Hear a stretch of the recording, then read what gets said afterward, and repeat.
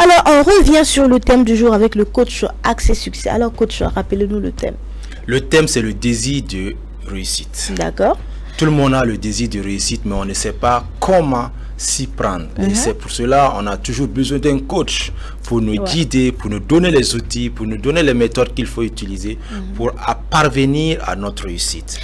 Ok, déjà parlant de désir de réussite, c'est vrai que hier on a essayé un peu de définir ce que c'est que la réussite. Mais bon, pour ceux qui n'ont pas suivi peut-être l'émission entière, c'est l'occasion, coach, de rappeler d'abord, c'est quoi même la réussite?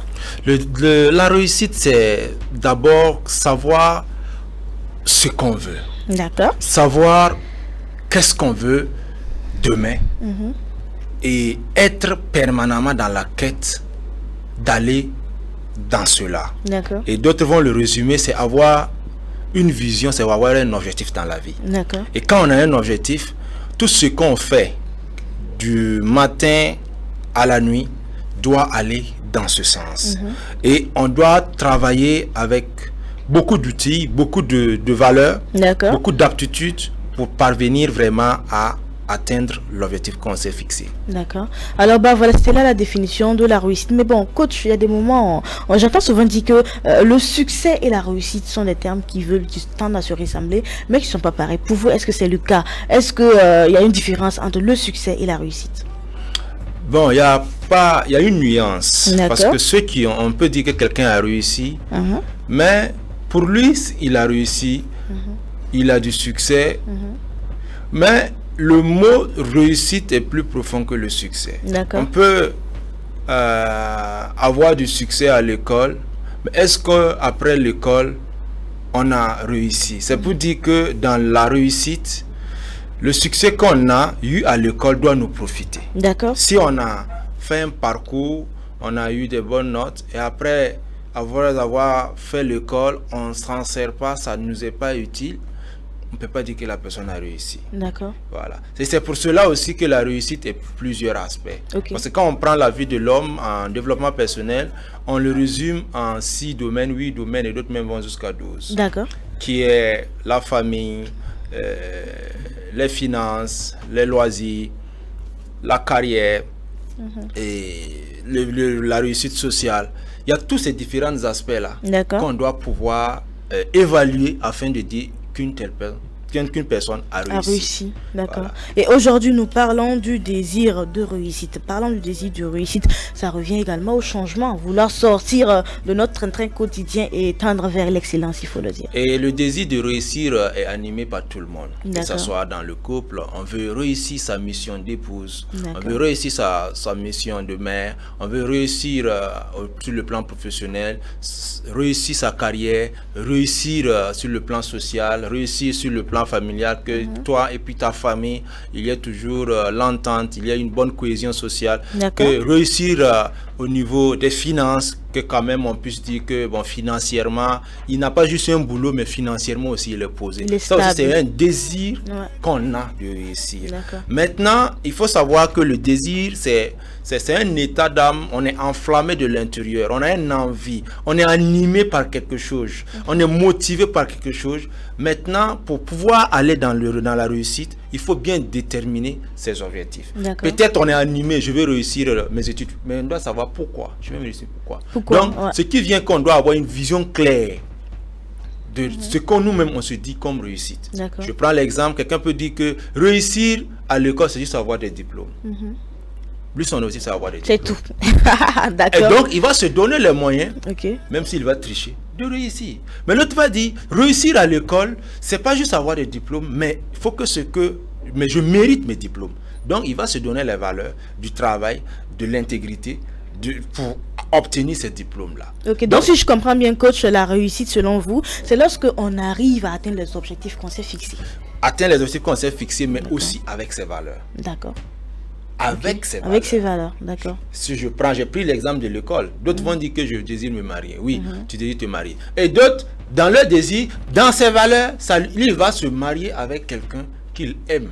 Il va se marier avec quelqu'un qui valide ses valeurs. Parce que chacun de nous, on doit se connaître soi-même. Quelles sont mes valeurs? D'accord. Voilà. Si tu connais tes valeurs, tu ne vas pas essayer de réussir sans tes valeurs. Parce que la vraie réussite, c'est réussir en cohérence avec nos valeurs. Donc, cette personne qui veut se marier va pas juste aller voler le mari de quelqu'un. Parce que c'est un exemple que je prends. Parce qu'il veut se marier, mais selon ses valeurs, il doit chercher quelqu'un qui l'appartient. C'est un exemple que je prends. Quelqu'un qui veut chercher l'argent, qui veut obtenir, réussir dans la vie financièrement. Il va dire, bon, je veux réussir, mais je vais travailler dur. Je vais pas quand même aller voler. Ce sont ses valeurs. Et oui. Et donc, il faut que chacun redéfinisse d'abord qui nous sommes, quelles sont nos valeurs, et nous, en voulant réussir, est-ce que la réussite que nous visons, l'objectif que nous sommes fixés, c'est en cohérence avec nos valeurs. D'accord. Et c'est déjà là le désir de réussir et atteindre pouvoir bien réussir sa vie. Ça commence par là. Et donc, en cela, maintenant, quand on a fini de définir ses valeurs, il faut se fixer ses objectifs. D'accord. Déterminer ses objectifs de vie. Voilà. Il y a des objectifs côté familial, côté professionnel, côté financier, côté social, côté influence. Tu dois pouvoir définir ces objectifs-là. C'est pour cela que tu as besoin d'un coach pour t'aider à définir ces objectifs en connexion avec tes valeurs. Avec tes valeurs. On ne doit pas perdre de vue. Si je comprends bien, réussite, c'est pas à l'encontre de nos valeurs. C'est pas à l'encontre de nos valeurs. Personnelles et aussi des valeurs de la société. De la société, effectivement. Bien sûr, de la société. Et nous devons mettre tout ça en synergie afin d'avoir vraiment une bonne réussite. Et quand on finit de déterminer ses valeurs, il faut revenir, déterminer ses objectifs, connaître ses valeurs premièrement, déterminer ses objectifs. Il faut revenir à croire en nos compétences, croire en nos ressources. Accepter que ce que nous avons comme ressources, ce que nous avons comme compétences, nous allons avec ça. Je prends l'exemple. Il y a des gens qui ont fait le BPC récemment. Ils peuvent dire, comme d'autres le disent, pour certains, c'est les matières scientifiques qui sont leurs bêtes noires. C'est ça. Pour d'autres, c'est les matières littéraires qui sont leurs bêtes noires. Maintenant, si toi, tes compétences, c'est dans les matières scientifiques, concentre-toi pour être meilleur. D'accord. Si toi, tes compétences, c'est dans les matières littéraires, concentre-toi pour être meilleur. Donc, c'est d'aller dans la réussite avec nos compétences. Là où nous avons comme compétences, là où nous avons comme talent, là où nous avons comme don. Moi, je m'épanouis bien en français, moi, je m'épanouis bien en histoire. Je maximise dedans et fonce. Donc, si je comprends bien, la réussite, coach, c'est d'abord faire ce qu'on aime. Et où vraiment on sent qu'on a les compétences, se donner les moyens pour réussir. Voilà, parce que beaucoup de gens vont peut-être mettre l'accent sur les matières où ils s'en sortent pas. Ça, je prends l'exemple. Et au finish même, l'autre côté aussi, ça va commencer à basculer. Parce qu'ils donnent plus de temps ici pour relever là-bas. Alors qu'ici, ils pouvaient maximiser. Moi, je sais qu'il y a des gens qui ont gagné le bac ou le BPC, mais quand tu prends sa matière en maths ou en français, ça n'a rien à voir avec ces matières de l'autre côté. Mais ça n'a pas empêché. Ça comble le vide, en fait. Ça comble le vide. Voilà. Et il faut savoir aussi que faut pas obliger. Souvent, avec nous, les parents, c'est pas facile. Parce qu'on veut obliger l'enfant à avoir. Non. On doit travailler à accompagner. À accompagner, à maximiser sur les compétences. Deuxièmement, ceux qui désirent réussir doivent savoir utiliser le minimum de ressources qu'ils ont. Le minimum de ressources. Je prends l'exemple. On peut ne pas être riche. Mais on veut toujours paraître beau, paraître belle. Donc, le minimum, le peu que tu as là, il faut que tu puisses utiliser ça bien. Et c'est bon, ça me rappelle une citation que j'ai vue sur un statut, que bah voilà, c'est vrai qu'on a des problèmes, mais c'est pas pour ça qu'on doit ressembler à nos problèmes. Voilà. C'est vrai aussi. C'est pour dire qu'on doit utiliser les ressources que nous avons. C'est vrai. Voilà. Et aller avec ces ressources. Je prends l'exemple. Il y a des gens souvent qui s'épanouissent pas. Parce que peut-être ils n'ont pas d'emploi. Peut-être parce qu'ils n'ont pas de mari. Parce que en fait, ils voient plus leur manque que ce qu'ils ont. Alors que nous devons maximiser ce qu'on a. Ce que j'ai là, de quoi est-ce que je peux tirer du profit dedans? Qu'est-ce que je peux pouvoir utiliser ça pour avancer. Et c'est dans ça on conseille les gens. Vous avez des aptitudes, vous avez des compétences, vous avez des talents. Maximisez sur vos talents.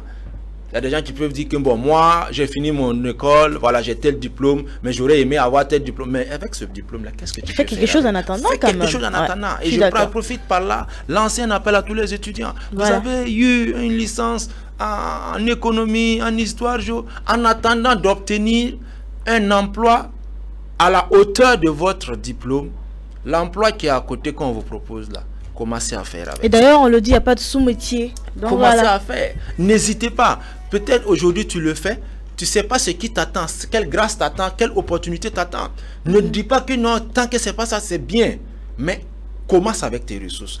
Pour dire que dans la vie, il faut avoir une grande vision, mais utiliser les petites ressources. Il ne faut pas négliger les faibles compétences. Il ne faut pas négliger les faibles connaissances que tu as. Il ne faut pas négliger les faibles attitudes que tu as. Il ne faut pas négliger les faibles, ce que tu vois que tu considères comme petit. Utilise ça et va avec ça. Et améliore la chose. Et cela va t'ouvrir beaucoup de portes. Cela va t'amener à atteindre même des exploits que d'autres vont venir. Que mais c'est avec ce peu de connaissances que tu fais ça. Et c'est avec le peu de ressources que tu fais ça.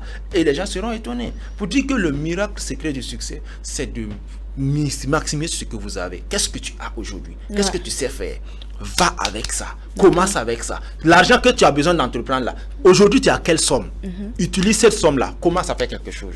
Commence à faire des arachides. Commence à faire quelque chose. C'est en commençant avec le peu que tu as que tu vas voir les grandes choses. Il faut le dire, tout début est vraiment difficile, certes.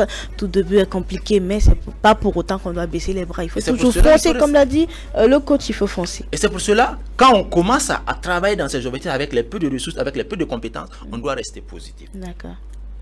On doit rester positif. Parce que quand tu démarres, tu vas attendre à gauche des gens qui vont dire des choses. Ah non, tu vas pas réussir. Ça, je suis parfaitement d'accord.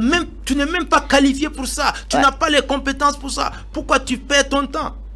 Donc tu dois rester positif. Même si les gens ne croient pas en ton projet, même si les gens ne croient pas en ta vision, même si les gens ne croient pas en tes compétences, toi, sois la première personne qui doit croire en toi-même. Et les autres, quand ils vont voir que ce que tu as dit que tu vas le faire, tu es en train de faire avec le minimum de ressources, tu es en train d'avancer, tu es en train de progresser.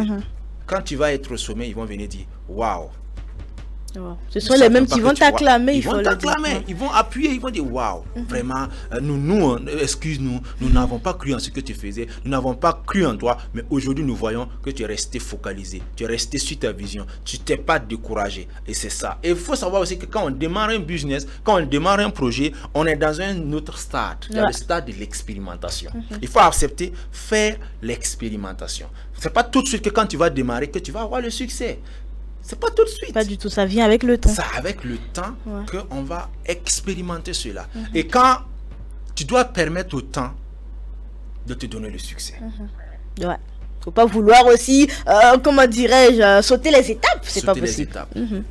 Les gens n'ont pas le temps pour ça. Ils veulent pas faire l'expérience. Ils n'ont pas la patience. Et puis aujourd'hui, nous voyons souvent les jeunes, nous les jeunes, je m'exclus pas parce que nous les jeunes, nous voulons le succès de papa.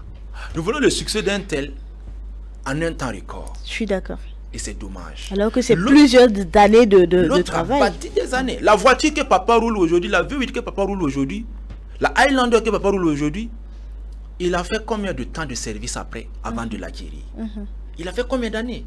Et toi, à ta première année de service, tu veux prendre des prêts pour te payer une grosse voiture, te réaliser des très grands exploits. Mon ami, commence petit, l'humilité, commence petit, sois patient. Le peu de ressources déjà que tu as là, tu vas prendre ça, aller investir dans des choses alors que tu as une grande vision qui t'attend devant. Donc, il faut avoir le temps d'expérimenter dans la douleur. Parce que tu vas vivre à des moments où tu vois, tu es tenté, tu veux aller vite. Non, sois patient. Et arriver des moments même que tu vas mettre toute de l'énergie, tu vas perdre, tu vas échouer, tu vas tomber. Tu dois encore utiliser ce qu'on appelle la persévérance. Et par la persévérance, j'ai une petite histoire à raconter. D'accord. On avait lancé un concours. Et le concours des fourmis. Tu devais monter sur un arbre. Ok, des fourmis, d'accord. À une feuille qui était au sommet de l'arbre. Et vous voyez, tous ceux qui... Il y avait 50 personnes qui ont démarré la course. D'accord. Voilà. 50 fourmis. 50 fourmis qui ont démarré. D'accord. Et quand ils ont commencé, il y a des gens qui étaient à gauche, à droite, qui disent non, vous n'allez pas arriver, arrêtez, arrêtez. Il y a 25 qui ont abandonné. Ouais. Et les 25 continuaient encore à courir. Ils couraient, ils couraient. Il y a des gens qui ont commencé à élever la voix. Vous n'allez pas arriver, vous allez tomber, vous allez vous casser le nez, vous allez... Il y a 15 qui ont abandonné. Qui ont abandonné, ouais. Il restait 10. Et les 10 continuaient à courir, continuaient à courir. Arrivés au bas de l'arbre, ils ont entendu encore. Vous n'allez pas arriver, vous ne pourriez pas, vous allez vous tuer là-bas. Il y a 5 qui ont abandonné. Il restait 5. Parmi les 5, Il y a 2 qui ont décidé de rester sur l'arbre là pour voir si les 3 la montent. Oui, s'ils vont arriver. S'ils vont arriver, ils vont y aller, on va voir. C'est pas possible. Et les 2 sont restés. Ok. Ils ont décidé d'être observateurs. D'accord. Ils sont restés là. Et les 3 ont monté. Quand les 3 ont monté, les gens continuent à crier. Vous n'allez pas pouvoir, les 2 qui étaient à côté. Vous voyez que nous-mêmes, on n'est pas montés, non? Il y a 2 qui sont descendus. Il restait 1. D'accord. Et les gens continuaient. Que lui là, il ne sait pas ce qu'il attend. Aujourd'hui, nous allons l'enterrer. Aujourd'hui, il va mourir. Il a continué, il a continué. Il allait toucher la feuille. Wow. Et il a remporté. Pour dire qu'il faut rester focus sur l'objectif. Et quand le roi a appelé, ils ont dit d'amener la fourmi. Quand on a amené, ils ont dit de l'examiner. Quand ils ont l'examiné, ils ont trouvé qu'il était sourd. En fait, il n'a donné des choses comme moi. Donc, tout ce que les gens disaient, n'avancez pas, n'allez pas, tu vas échouer, tu vas pas réussir, tu vas te tuer, tu vas te casser. Lui, il n'a rien. Il n'en donne même pas. Donc, vous dites que dans la vie, tous ceux qui veulent réussir, tous ceux qui veulent atteindre le sommet, il faut que souvent vous fermez les oreilles. On dit que, le travail que tu es en train de faire, le business que tu es en train de faire, c'est toi qui veux te marier aujourd'hui, toi qui veux payer tel truc, toi qui veux faire tel truc. Est-ce que tu connais les conséquences? Il faut que souvent tu arrives. Si tu as la ferme conviction, tu as confiance en toi, tu as confiance à ton projet, tu as confiance, tu vois le bonheur qui t'attend devant, il faut que tu fermes les oreilles. Ok.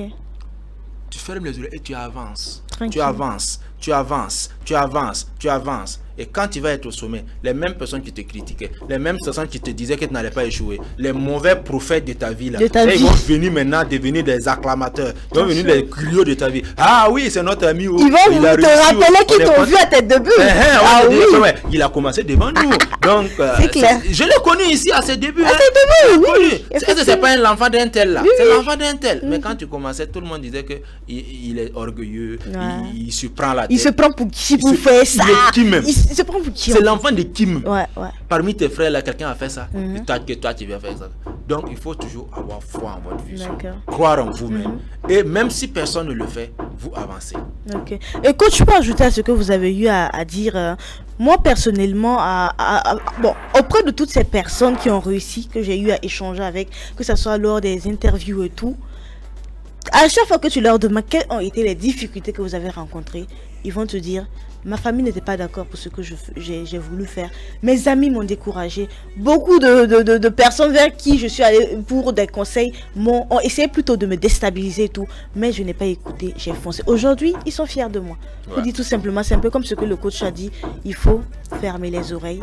Voilà, si on veut vraiment réussir. Coach, on rappelle que nous parlons du désir de réussite. Alors, on a essayé un peu de définir la réussite, d'essayer de donner des motivations à toutes ces personnes qui veulent réussir. Mais en plus de cela, alors coach, selon vous, la réussite, à quel moment, est-ce qu'il y a un moment précis pour parler de réussite? À tout moment, il n'y a pas un moment. D'accord. La réussite arrive dès qu'on a le désir. D'accord.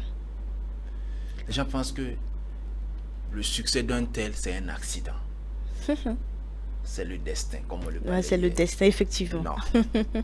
C'est vous, vous faites votre succès. Vous devez savoir que vous devez décider de réussir. Et savoir que vous devez diriger votre succès. Dirigez bien. Dirigez. C'est bon? C'est bon.